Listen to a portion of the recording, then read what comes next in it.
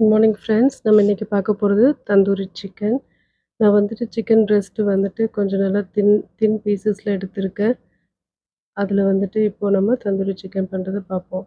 இதில் வந்துட்டு நான் எல்லாமே வந்துட்டு கடையிலேருந்து வாங்கின மசாலா பவுடர்ஸ் தான் யூஸ் பண்ணியிருக்கிறேன்.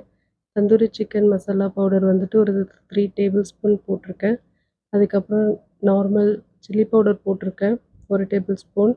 அதுக்கப்புறம் ginger garlic paste, garam masala, coriander powder, அதுக்கப்புறம் டர்மரிக் பவுடர், இஞ்சி பூண்டு பேஸ்ட்டு, கொஞ்சமாக ரைஸ் போட்டிருக்கேன் கிறிஸ்பியாக இருக்கிறதுக்காக. எல்லாத்தையும் போட்டு பேஸ்ட் ஆக்கிட்டு இதோட மசாலா பவுடர்ஸ் எல்லாமே நான் டிஸ்கிரிப்ஷனில் கொடுத்துருக்கேன். நீங்கள் அதை பார்த்துட்டு கரெக்ட் பண்ணிக்கோங்க. எல்லா மசாலாவும் போட்டுட்டு கொஞ்ச நேரம் ஊற வச்சுருங்க. ஒரு 1 ஹவர் ஓகேவாக இருக்கும். மோர் தென் 1 ஹவராக இருந்தால் இன்னும் டேஸ்ட்டாக இருக்கும். ஊற வச்சுட்டு அதுக்கப்புறம் கடாயில் வந்துட்டு கொஞ்சமாக வந்துட்டு எண்ணெய் ஊற்றிக்கோங்க. நான் வந்துட்டு பட்டர் யூஸ் பண்ணியிருக்கேன். யூஸ் பண்ணிவிட்டு இதுக்கப்புறம் வந்துட்டு போத் சைட் வந்துட்டு நல்லா ப்ரௌன் கலரில் வர்ற வரைக்கும் ஃப்ரை பண்ணி எடுத்துக்கோங்க. நான் கொஞ்சமாக லெமன் புழிஞ்சு விட்டுருக்கேன் புளிப்பு தன்மைக்காக.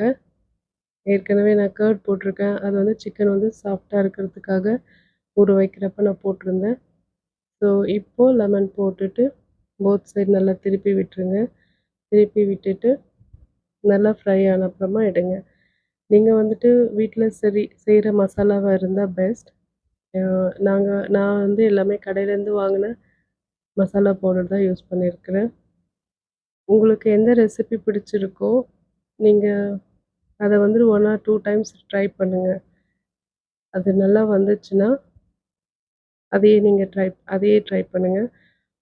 ஸோ இந்த ரெசிபி உங்களுக்கு பிடிச்சிருந்துச்சுன்னா ஷேர் பண்ணுங்கள், லைக் பண்ணுங்கள்.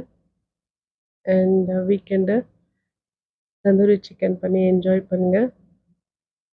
அதே பேனில் வந்துட்டு நான் வந்துட்டு கொஞ்சமாக வெஜிடபிள்ஸ் எல்லாமே போட்டு உங்களுக்கு பிடிச்ச வெஜிடபிள் எதுவாக இருந்தாலும் ஓகே.